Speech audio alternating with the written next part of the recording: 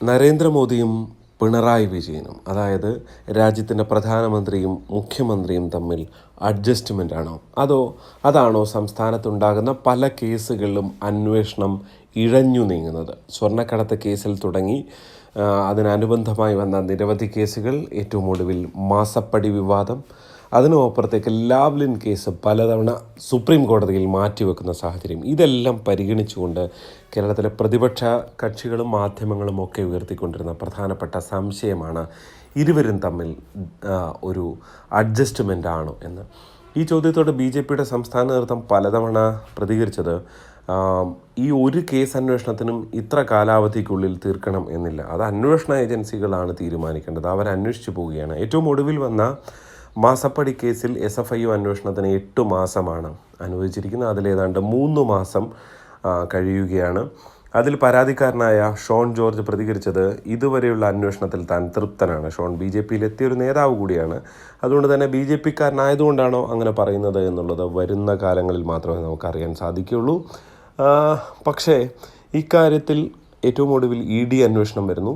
മറ്റ് 2 കേസുകൾ കൂടി താൻ നൽകിയിട്ടുണ്ട്. അതെന്താണെന്ന് തെരഞ്ഞെടുപ്പ് കാലമായതുകൊണ്ട് പറയുന്നില്ല എന്നാണ് ഷോൺ പറയുന്നത്. മാത്രവുമല്ല, ഈ തെരഞ്ഞെടുപ്പ് കാലത്തടക്കം പല തുടർ നടപടികളും ഉണ്ടായാൽ അത് തെരഞ്ഞെടുപ്പ് കാലത്തിന് വേണ്ടി ഉണ്ടായതാണ്. ഇപ്പോൾ ഡൽഹിയിൽ തന്നെ അരവിന്ദ് കെജ്രിവാളും BJPയും തമ്മിൽ അഡ്ജസ്റ്റ്മെൻ്റാണ്. അതുകൊണ്ടാണ് മദ്യനയ അഴിമതി കേസിൽ കെജ്രിവാളിനെ ചോദ്യം ചെയ്യാത്തത് എന്നതായിരുന്നു, അല്ലെങ്കിൽ അറസ്റ്റ് ചെയ്യാത്തത് എന്നതായിരുന്നു കോൺഗ്രസിൻ്റെ ആരോപണം. അജയ് മാക്കൻ തന്നെ ഈ ആരോപണം ഉന്നയിക്കുന്നു. കോൺഗ്രസ് പരാതി നൽകുന്നു. പക്ഷേ ഈ പരാതിക്കെല്ലാം ശേഷം 9 തവണയോളം നോട്ടീസ് കൊടുത്തിട്ടും കെജ്രിവാൾ ഹാജരായില്ല. ഏറ്റവും ഒടുവിൽ അറസ്റ്റിലേക്ക് പോയത് തെരഞ്ഞെടുപ്പിന് തൊട്ട് മുൻപാണ്. ഇത് വലിയ ആരോപണം ഉണ്ടാകുന്നു. BJPക്കെതിരെ ഇന്ത്യ മുന്നണി ഒന്നടങ്കം വലിയ റാലിയൊക്കെ നടത്തുന്നു. അതായത് അരവിന്ദ് കെജ്രിവാളും BJPയും തമ്മിൽ അഡ്ജസ്റ്റ്മെൻ്റ് ആണ് എന്ന് ആരോപിച്ച കോൺഗ്രസ് തന്നെ കെജ്രിവാളിനെ അറസ്റ്റ് ചെയ്ത് പോയത് സമരവുമായി രംഗത്ത് വരുന്നു. പരാതി കൊടുത്ത കോൺഗ്രസ് തന്നെ സമരവുമായി രംഗത്ത് വരുന്നു എന്ന് പറയുന്നു. മാത്രമല്ല, ഇക്കാര്യത്തിൽ കോൺഗ്രസ് പരാതി കൊടുത്തിട്ടില്ല എന്ന് പറഞ്ഞെങ്കിലും BJP കോൺഗ്രസ് കൊടുത്ത പരാതിയുടെ പകർപ്പ് പുറത്തുവിടുകയൊക്കെ ചെയ്തിട്ടുണ്ട് എന്നാണ് അവർ ചൂണ്ടിക്കാട്ടുന്നത്. സമാനമാണ് കേരളത്തിലെയും അവസ്ഥ എന്നാണ് ഇപ്പോൾ BJP നേതാക്കൾ ചൂണ്ടിക്കാട്ടുന്നത്. അതായത് നാളെ ഈ പിണറായി വിജയനെ അറസ്റ്റ് ചെയ്താൽ ഇപ്പോൾ എന്തുകൊണ്ട് അറസ്റ്റ് ചെയ്യുന്നില്ല, അഡ്ജസ്റ്റ്മെൻ്റ് എന്ന് പറയുന്ന കോൺഗ്രസ് നേതാക്കൾ തന്നെ വിജയന് വേണ്ടി സമരത്തിനിറങ്ങുമോ എന്ന ചോദ്യം കൂടി അവർ ചോദിക്കുന്നുണ്ട്. എന്തായാലും ഇതെല്ലാം ഭാവിയിൽ സംഭവിക്കേണ്ട, അല്ലെങ്കിൽ സംഭവിക്കാൻ സാധ്യതയില്ലാത്ത കാര്യങ്ങളാണ്. അതെന്താണ് എന്നുള്ളത് വരും കാലങ്ങളിൽ മാത്രമേ നമുക്ക് അറിയാൻ സാധിക്കുള്ളൂ. പക്ഷേ നമുക്ക് മനസ്സിലാകാവുന്ന ചില ലോജിക്കുകളുണ്ട്. ഒന്ന്, കേരളത്തിൽ BJP വളരാൻ ആഗ്രഹിക്കുന്നുണ്ട് എന്നുള്ളത് പച്ച പരമാർത്ഥമാണ്. ഇത്തരം കേസുകൾ അത് BJP ചെയ്തതല്ല. ഇപ്പോൾ കരുവന്നൂർ തട്ടിപ്പൊക്കെ CPM തന്നെ നേരിട്ട് ചെയ്തതാണ്. CPMൻ്റെ രഹസ്യ അക്കൗണ്ടുകൾ, ഇതെല്ലാം കോടതിയിലേക്ക് അന്വേഷണ പരിധിയിൽ കോടതിയുടെ കൂടി ഫലത്തിലൊരു മേൽനോട്ടം കൂടി, അതായത് ഓരോ കേസും ഈ പരാതിക്കാരൊക്കെ കോടതിയിൽ ചെല്ലുമ്പോൾ കോടതി കൂടി പരിശോധിച്ചിട്ടാണല്ലോ അതിൽ തുടർ നടപടിക്കൊക്കെ ഉത്തരവിടുന്നത്. ഇപ്പോൾ മസാല ബോണ്ട് കേസിൽ ഐസക്കിൻ്റെ ഇപ്പോൾ ഒന്ന് ശല്യപ്പെടുത്തേണ്ട, തെരഞ്ഞെടുപ്പല്ലേ എന്ന് കോടതി പോലും പറയുന്ന സാഹചര്യം ഉണ്ടായിരുന്നു. അതുകൊണ്ട് EDക്ക് ആ കേസിൽ ഈ സമയത്തൊന്നും ചെയ്യാൻ കഴിഞ്ഞില്ല.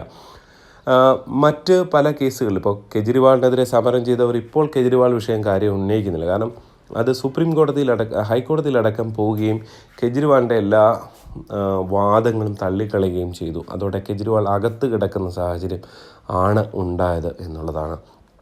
സമാനമായ രീതിയിൽ കരുവന്നൂർ അടക്കമുള്ള കേസുകൾ കോടതികൾ പലതവണ പരിശോധിച്ച കേസ് കൂടിയാണ്. അതുകൊണ്ട് തന്നെ BJP ഇക്കാര്യത്തിൽ BJP കിട്ടിയൊരു അവസരമായി അവരത് ഉപയോഗിക്കുന്നു എന്ന കാര്യത്തിൽ യാതൊരു സംശയമില്ല. തെരഞ്ഞെടുപ്പ് കാലത്തടക്കം അതിനൊന്ന് ആവേശം കൂടുന്നുണ്ട് എന്നതും സംശയമില്ല. പക്ഷേ ഈ കേസുകളിലൊക്കെ പിണറായി വിജയനും മകളും ഒക്കെ മാസപ്പടി കേസിൽ അകത്താകും എന്ന് BJP പറയുമ്പോൾ എന്തുകൊണ്ടാണെങ്കിൽ പിടിച്ചകത്തിടാത്തത് എന്ന ചോദ്യം പ്രസക്തമാണ്. അവിടെയാണ് ചില രാഷ്ട്രീയ കാരണങ്ങളിലേക്ക് കൂടി നമ്മൾ ചിന്തിക്കേണ്ടത്. പ്രത്യേകിച്ച് BJPയെ സംബന്ധിച്ച് ഇവിടെ 2 മുന്നണികളുടെ ഭരണമാണ് തുടർന്ന് വരുന്നത്. അതിലേതെങ്കിലും ഒരു മുന്നണി തകർന്നാൽ മാത്രമേ അവർക്ക് അധികാരത്തിലേക്ക് എത്താൻ കഴിയുകയുള്ളൂ, അല്ലെങ്കിൽ അവർക്ക് വളരാൻ കഴിയുകയുള്ളൂ. സ്വാഭാവികമായും ഇപ്പോൾ തളർത്താൻ കഴിയുന്ന മുന്നണി കോൺഗ്രസ് ആണ്. കാരണം കോൺഗ്രസ് വോട്ടുകൾ പരമ്പരാഗതമായി ഒരു സംഘ മൈൻഡുള്ള വോട്ടുകൾ, അതായത് ഹിന്ദുത്വ വോട്ടുകൾ പലപ്പോഴും കോൺഗ്രസ്സിലേക്ക് തന്നെ പോകാറുണ്ട്. ആ വോട്ടുകളാണ് ബി ജെ പി വോട്ടുകൾ കോൺഗ്രസ്സിന് കിട്ടിയാണ് പലയിടത്തും അവർ ജയിച്ചു പോകാറുള്ളത്. ഇപ്പോൾ നമ്മളൊരു ചെങ്ങന്നൂർ ഉപതെരഞ്ഞെടുപ്പൊക്കെ നടന്നപ്പോൾ കണ്ടതാണ്. അവിടെ ഒരു 5000-6000 വോട്ട് കിട്ടിയിരുന്ന സ്ഥലത്ത് നിന്ന് പി എസ് ശ്രീധരൻപിള്ള വന്ന് മത്സരിച്ചപ്പോൾ ഏതാണ്ട് 42,000-ഓളം വോട്ട് കിട്ടുന്നു. ഫലത്തിൽ ആ വോട്ടുകൾ ബി ജെ പിയുടെ അവർ തന്നെ പിടിക്കുന്നതോടെ കോൺഗ്രസ് അവിടെ തോൽക്കുന്ന സാഹചര്യമാണ് ഉള്ളത്. അങ്ങനെയാണ് ഒരു ബി ജെ പിക്ക് ഏറ്റവും ആദ്യം പിടിക്കാൻ കഴിയുന്ന വോട്ട് കോൺഗ്രസ് വോട്ടുകളാണ് എന്നവർ തിരിച്ചറിയുകയാണ്. രണ്ടാമത് SNDP വോട്ടുകളിലും അവർ കടന്നു കയറാൻ ശ്രമിച്ചു. അതായത് ഈ പല മണ്ഡലങ്ങളിലും SNDP വോട്ടുകൾ BDJS വന്ന് പിടിച്ചതോടെ ആ തെരഞ്ഞെടുപ്പിൽ ഇടതു മുന്നണിയുടെ ചില സീറ്റുകളിലെങ്കിലും അവർക്ക് തിരിച്ചടി ഉണ്ടാകുന്ന സാഹചര്യവും വന്നു.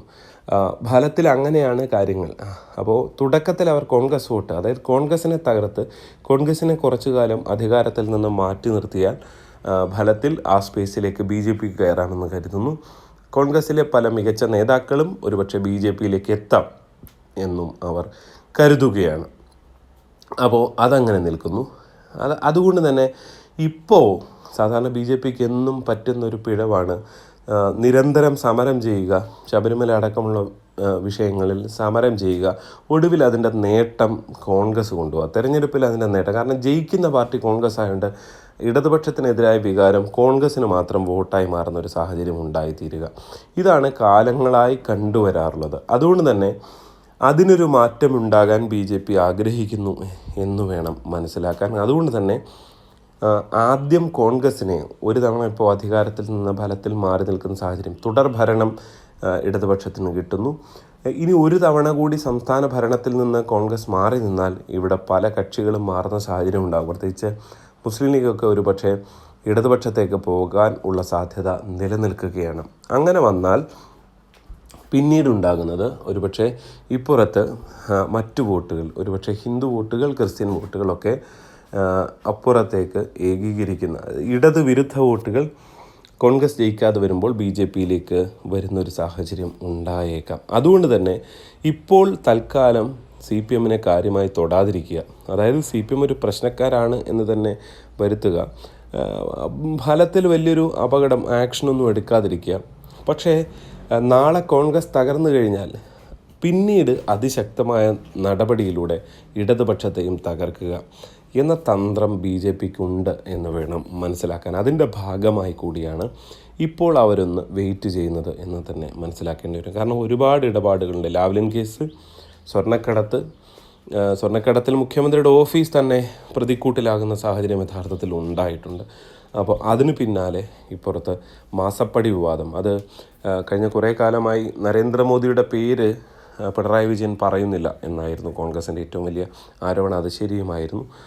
പക്ഷേ ഇന്നലെയൊക്കെ എന്താണ് സംസ്ഥാനം ചെയ്തത് എന്ന് വിശദീകരിക്കുക, അതായത് കരുവന്നൂർ കേസ് ഉണ്ടായ ശേഷം ആദ്യം തന്നെ സഹകരണ വകുപ്പാണ് അന്വേഷണം നടത്തിയതെന്നൊക്കെ പറഞ്ഞുകൊണ്ട് അതിൽ നിന്ന് ജനങ്ങളെ ഒന്ന് ശ്രദ്ധ തിരിക്കാൻ ശ്രമിക്കുന്ന ഒരു കാഴ്ചയാണ് കണ്ടത്. പക്ഷെ ഫലത്തിൽ ജനങ്ങൾക്ക് പണം കിട്ടിയിട്ടില്ല.